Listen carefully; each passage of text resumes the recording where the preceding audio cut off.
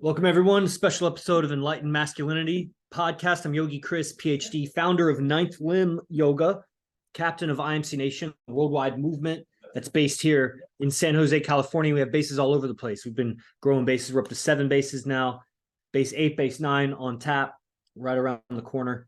And we're streaming to multiple platforms here. So if you hear me like refer to certain accounts or account by name or TikToks, Instagrams, whatever, then that's what's happening. Because it's recording, it goes up later on Apple, Spotify, all that. So if you're catching the recording, then leave a review. Everybody else, you can catch over 300 episodes there, me interviewing IMC Nation top brass, me interviewing other individuals outside of IMC Nation, you know, sexual experts, breathing experts. I interviewed the founder of Laughter Yoga. If you ever saw Laughter Yoga, it has like hundreds of thousands of followers. And it's a really interesting thing, not to pitch Laughter Yoga, but it's like if you force yourself to laugh, you know, you could fake laugh, but force yourself to do it for 5 or 10 minutes, you will induce so much bliss because of the way the diaphragm fucks with your central nerves that the act of laughing will completely change your state of mind. And he started a whole movement. So that's way back when, years ago, that I interviewed him, but now we're up to speed here. And this episode is socially comfortable or just becoming comfortable. And, you know, sometimes people will ask me about my yoga and how that can help them in social dynamics. And I think it's important to recognize that at the end of the day, everything you're doing with your business and ambition is a social dynamic that you're chasing. You want a certain success with women, choice with women, certain kind of relationships, certain networking opportunities and whatever. And it's a social dynamic wherever you go. And even if you're at home and you're being some digital internet marketer, you're trying to portray a certain, that's how you influence people to buy or anything. Whatever you're doing in life, you want quality relationships around you, quality opportunities that, you know, are aligned with your values. A lot of people have compromised their values. They don't even know what activities being aligned with their values means, but some of you do. So I'll talk to you. And so the quality of your life is definitely going to be in the quality of your relationships and your social networking in life, your mating networking, your business networking. And so becoming comfortable becomes relevant to that, because if you're uncomfortable, if you're tense, jittery, withdrawn, however it becomes manifest in so many degrees. It's not like a light switch where you either are or you aren't. I mean, we could argue it that way, but I want you to see more as a gradient. How comfortable, how uncomfortable. And then there's 1,000 million different contexts day to day that you find yourself in, just in as simple as you're talking to somebody and then your mom calls and then you have this business call to step into. That's 3 different contexts completely. How comfortable are you when you're by yourself, when you're working out, when you're about to sleep? Like 3 different contexts. How comfortable are you? And then, like I said, like I built the whole premise of the episode, like it's a social dynamic, what you're trying to achieve in life. So really, yes, how comfortable you are with yourself and all the private moments and in business and whatever, but you know, you're doing all of that for the social dynamic. So how comfortable are you in social dynamics?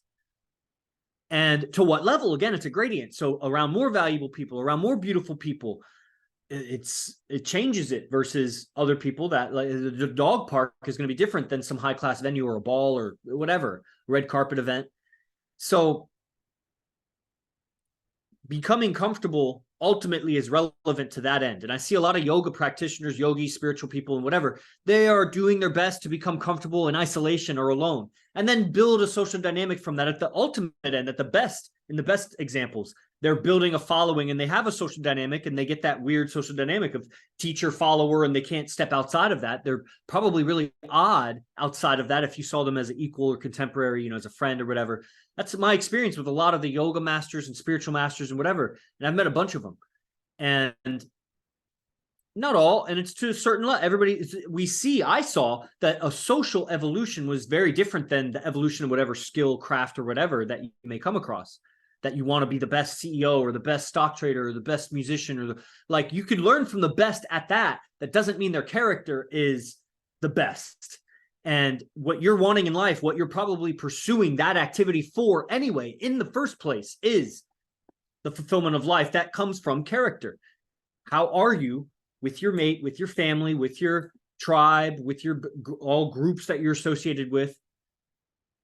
A lot of people don't even have deep connections to measure against, and the connections they do have are not that good. And that's what we find.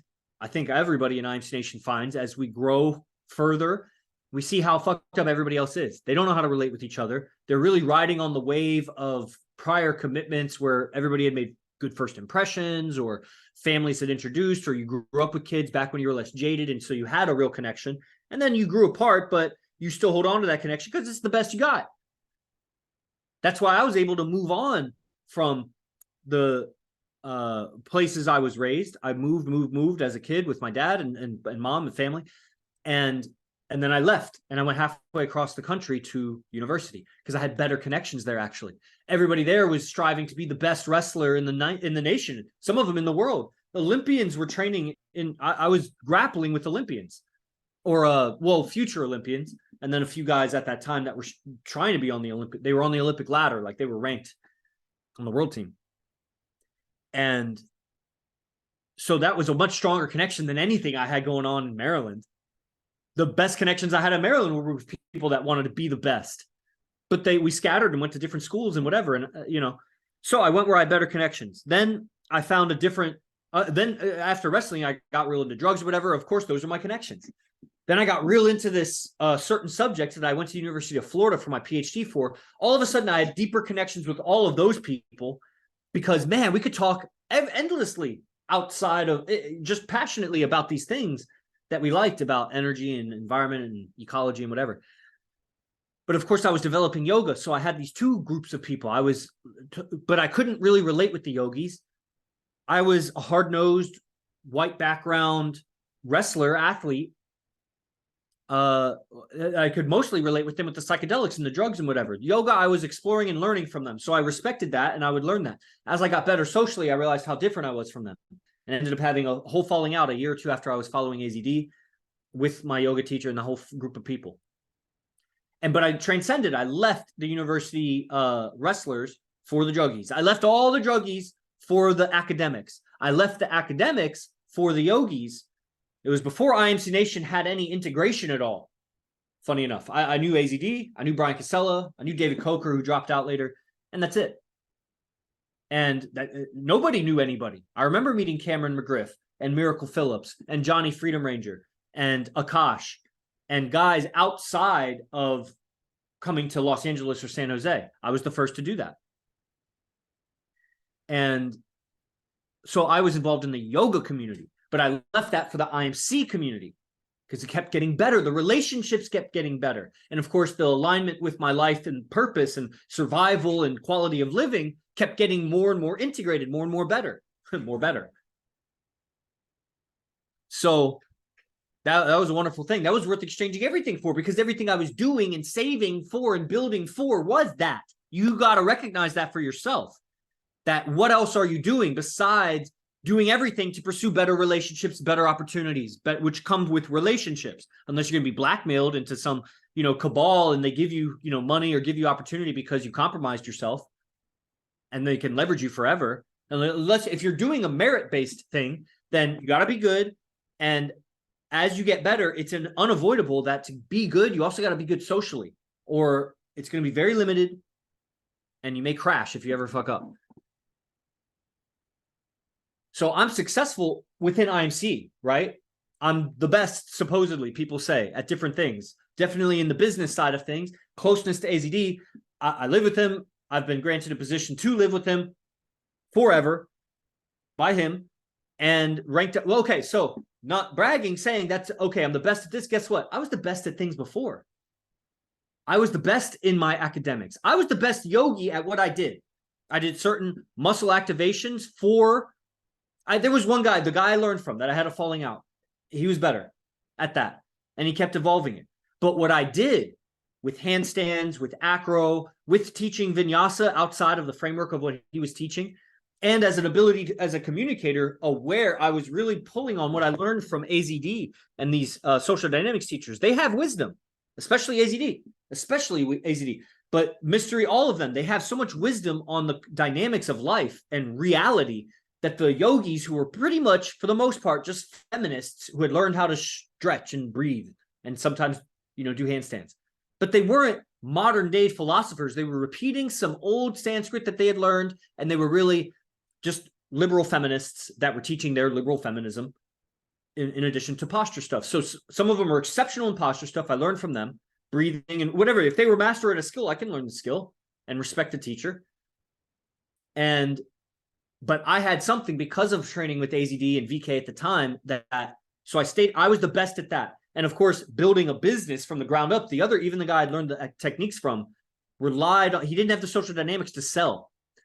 I was selling myself and building my name, building my brand. I was going to go abroad. I was already researching Switzerland or Sweden. I had staff members doing that. That's what Johnny Freedom did. So already looking at Canada, almost booking gigs. A lot of times you call places 4 or 5 times to get a gig. I had called all of Canada, all of the big enough studios. I was going to get a gig there. Already had one, but it was too far in. The expensive travel wasn't worth it. But so I was the best. And then academia and PhD, I was the best in the world with that. Wrestling, I wasn't the best. I was really good. I had a lot of potential and really good at really good levels, like really good, but not the best, but really good. So that's a big pool. That's a big ocean to be part of. And I was a much less evolved being in terms of mindset. I really rode off the steam of my dad pushing me and, getting all the love and attention and admiration that I sought as a kid by being successful with wrestling. So that those motivations will only take you so far into the pain. Ultimately, I was aiming to be successful at that stuff for the social dynamics, for the women, for the relationships, for the opportunities and survival. To be glorious on stage would ensure my survival. I could coach anywhere forever, doing the thing I loved, and I still love wrestling, but pursuing it like that, damaging the body and hurting my cells and nervous system with the diet and everything, like it wasn't my purpose to be a wrestler. Although such a useful skill that's so useful in my purpose now. So I kept upgrading, and you can too. And I started all this with becoming comfortable. And it's important because social dynamics is what you're pursuing, right? Can you see it now? I've said it, and I explained it with probably way too many words, but hopefully you got it.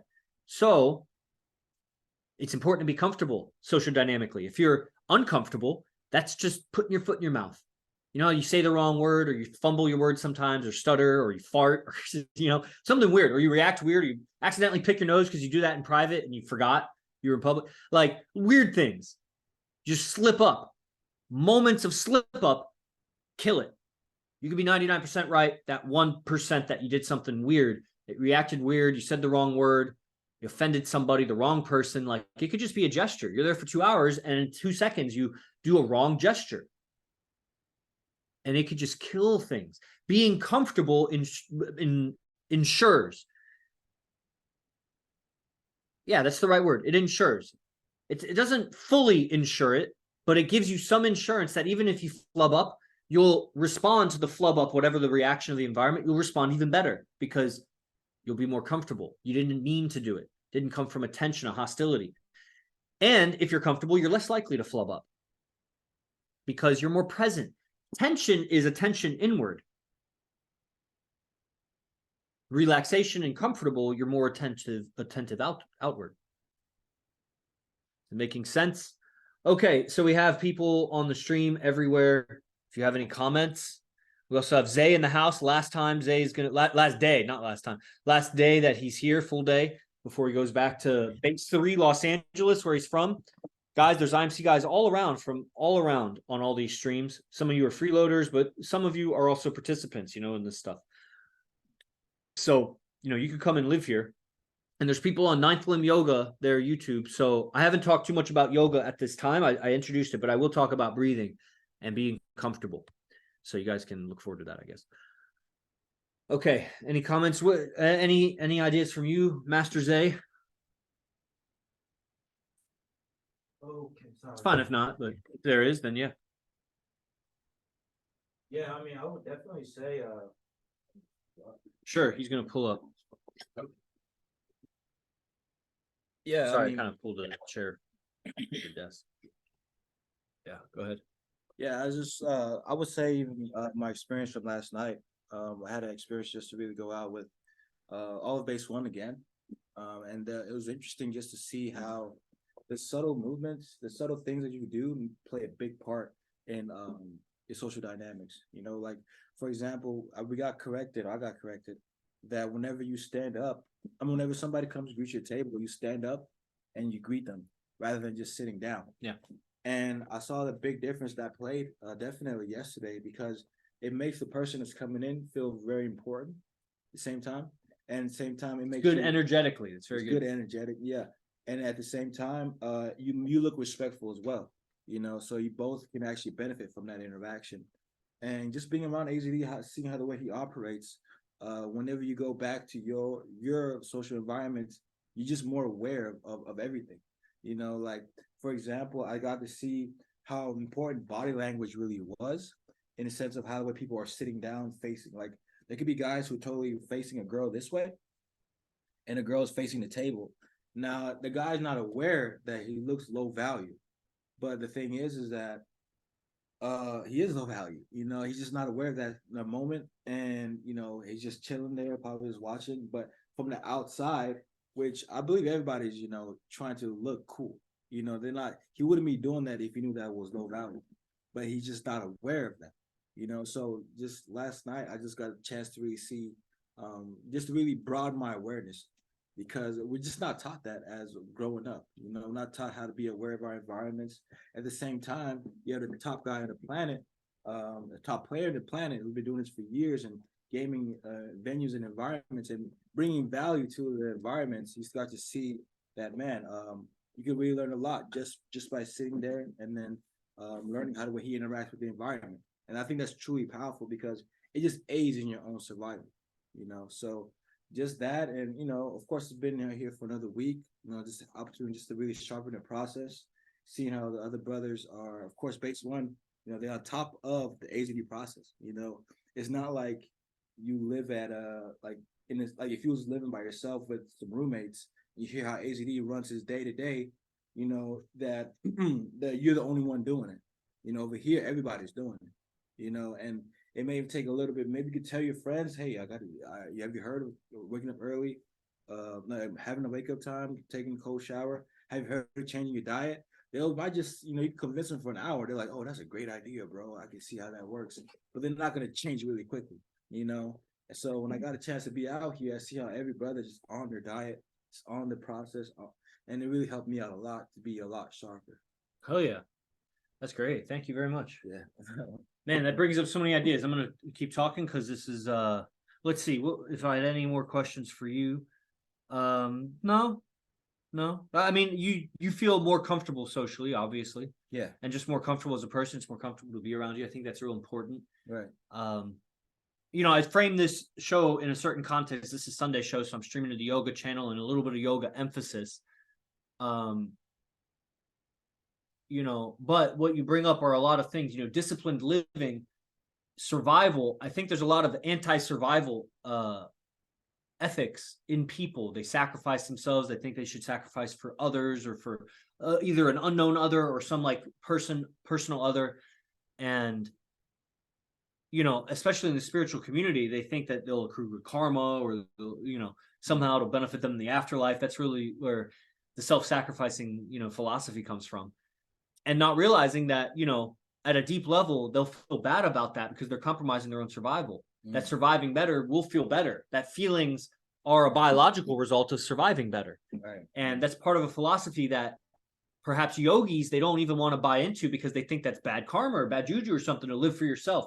Not realizing that living for yourself does include taking care of the people close to you, and loyalty and ethics are in there. It's a longer term sense of survival. It's not just what's immediate right now. That's where people will think it's all savage. Like, you survive right now, you're just going to, take the woman and rape her now because it's, pro replication. That's anti-survival. And it obviously just a longer outlook on that it's not a good thing. So, same thing with like treating your friends well, or, maintaining loyalty, sometimes adjusting to the certain pecking order in different environments, not because it compromises your survival in the moment, but overall it may raise your survival to be part of a group that's doing that. Like, you don't always have to be the biggest shot in the room. And, so being sensitive to how your own sense of survival and surviving relates to your emotional state, and how your emotional state is going to relate to how you communicate. And certain people will suppress how they feel so that they behave in a certain range, and they're exerting a lot of horsepower internally. to keep it under control so they can't freely express. And that's where ninth limb yoga came in. Everything you were saying about like being socially aware. I saw AD at the time. His social awareness was something I was looking for. Again, like in all of those things, I was looking for social success. And so awareness of body language and what people are doing and adjusting, and, you know, the deep, subtle details in their communication and how that like is reflective of their mindset and what they're thinking about. And your ability to get so close with someone energetically and mentally through communication. I saw that yoga needed to be for that. That yoga was to get better at communicating. And you also needed philosophy. You could not just do yoga and be a perfect communicator, because we have so many negative impressions in us and patterns that you need a better way. You can't just erase your patterns. You got to replace your patterns. It doesn't work to erase patterns. You could go in the Himalayas and isolate and get away from everything. Your patterns will cool down. They'll settle down. You won't see them so much. But if ever you return to society, your patterns are still there. You have to replace your patterns with better patterns. And that's where philosophy and the science of social dynamics comes in. But yoga was so good for opening you up and making you receptive to new patterns if done right. So that's what I was going to talk about with comfort building and yoga for the people in the yoga audience. Powerful. Yeah. Yeah, man. Thank you. Appreciate it. Yeah. That's Zay in the background, you know, president of Monk Life Records, our record label with IMC Nation, down there at base 3, living in Los Angeles area. Moved across the country from Atlanta to our base in Phoenix, then upgraded to a base in Los Angeles with one of the Crusades, who are the, you know, the big cojones in IMC Nation when it comes to, you know, investing in people and making business. And they've made like 10 businesses with guys in IMC. Okay. So, and then guys that are on the TikToks, whatever, you can click the link in the bio to see how to participate. Guys on, or girls and guys on YouTube, if you want to subscribe, the link is in the bio or the description there to train. I give yoga today at 5 online and recorded, so you get it everywhere. You get all the recordings. There's like 50 classes so far. A lot of great topics. I cover really great stuff. Very, you know, cutting edge, innovative, and effective. So, talking about comfort socially, you know, and I was saying social awareness and yoga needs to be for becoming a better communicator. You need to repattern your communication. A lot of, like I said, yogis, they'll isolate themselves, practice for themselves, and they'll get calm, but then put them in a social setting. They still have all these weird patterns. And especially put them around beautiful women, get them in a relationship. They have all these super weird patterns. And they actually worship the woman so much that they'll let the woman repattern them. So you'll see guys that are all yogaed out and like open and whatever, and they get in a relationship. They turn more beta faster than anything you've ever seen, because they're so open to new patterns. And then they're around these women that they're going on their agenda. Women are self-serving and they're very indirect about it. It's hard to perceive until you learn about it, but they're completely self-serving. So they'll mold the man into exactly whatever they need. Of course, they don't have farsight, so they're not looking out for their future. They're going to waste all of their youth on a guy that they're ultimately going to leave when they're completely fed up with him. And then they've lost their youth and they're not going to be able to get as high value of a man. But they're short-sighted. So, you know, that's some of the red pill that's hard for the spiritual community to swallow. This is why I got banned from like 1 or 2 studios out of 65 that I taught at, because the wrong word was said to the wrong person about the truth and they couldn't handle it. I probably said it in a weird way too, because I'm climbing out of my garbage past also. So hold it against me, whatever. Go ahead. I'm doing better than you. That's why you're watching. I'm better socially than you. That's why you're watching. If not, don't watch. Don't worry about it. I'm not losing anything. I'm doing you all a favor, giving it out. The class is underpriced. All the class, everything is underpriced, far underpriced. That's why people keep buying it. Whether you're buying it or not will be up to you and your evolution. So comfortable socially, you know, being able to tap into being comfortable socially. How does one do that? You can practice being comfortable, and I recommend you do. So you have a yoga practice. A personal yoga practice is best. That's why I teach the way I do in the yoga class. It's so that you learn movements, sometimes repeated, often in a different sequence, that you can do at any time. You can break it down to a 2-minute practice, 20-minute practice, a 2-hour practice. If you did everything I taught, do 2 hours, no problem. But having a personal practice that you tap in raises your threshold, raises your baseline of what comfortable is. You become the most comfortable when you practice alone at home, you know, in the comfort and safety of your place. But then you got to go out and practice socially. You got to bring that comfort to the world. That's what ninth limb yoga was. Bringing your yoga to the world. And then you learn, you really care about people's opinions. You do get uncomfortable by situations, by what people say. Words do affect you. Opinions do affect you. Okay, relax, get to your threshold, like you're working out, and then you go back and you work on your comfort. And then back and forth, this back and forth, you gradually get better and better and more comfortable socially. That's going to have a lot better karma for you. You're going to misspeak a lot less. You know what I mean? What do you guys think about that?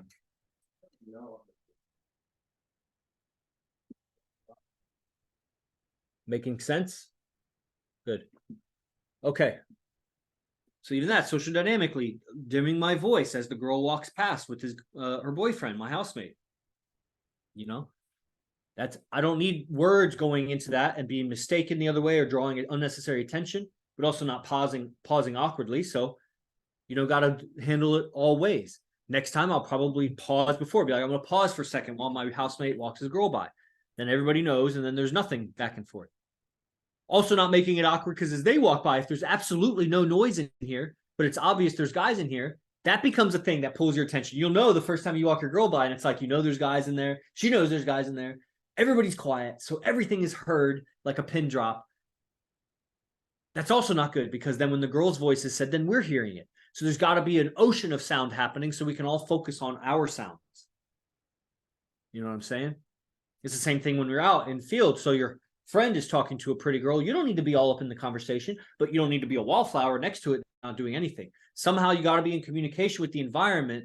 That helps make her comfortable. You'll feel it's better energy. Just like Zay was saying, he was saying something and I was like, it's better energy. Knowing how to communicate helps transfer the energies, cycles them, and then can even expand them if done right. And learning how to do that in so many variety of contexts is what's going to make you a social master that you can leverage any situation to get ahead. And that's what you want. That's what a responsible, ethical, wise individual would want to do. Take responsibility for the situations you find yourself in. People will fall in line behind you. You keep moving forward, and it's better for everybody.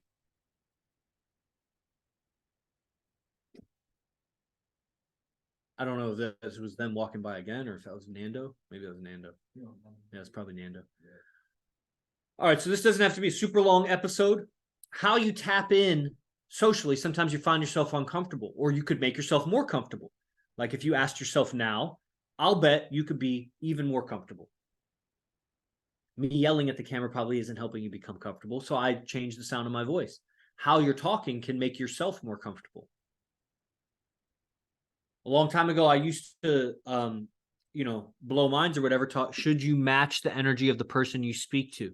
Similar, you should definitely be similar. I don't know if matching, be kind of robotic if you just match people. But yeah, I mean, you get the idea, you kind of should. It depends on what effect you want. But if you want rapport, yeah, you should be around. You should be able to play with their energy like you were in a band. I don't know if you got to match it, but you should be able to play with each other. It sounds weird when I say that, but you know what I mean. So I was about to say something, but comfort, how you tap in. Sometimes you're uncomfortable, or you could be even more comfortable, whatever you're doing. Just check. Could you sit more comfortably? It doesn't mean slouching, because slouch long enough, it becomes uncomfortable. Is there a way you can sit comfortably, breathe comfortably, look comfortably, hold your face comfortably, be comfortable without being lethargic or lazy or dim in any way? Yes, sir.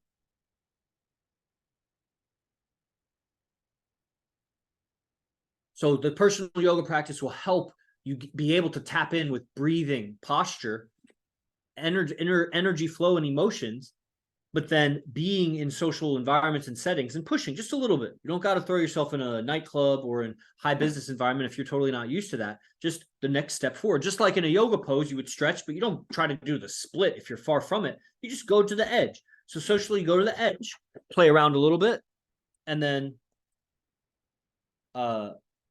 recoup, rejuvenate, and then do it again, day after day. You get better. That's what people, I mean, I have videos on YouTube now for 8 or 9 years. You can see my social awkwardness. You can go hear how I sounded. The first videos, I didn't even talk at all. They were just videos of me doing movement because I didn't know how to talk.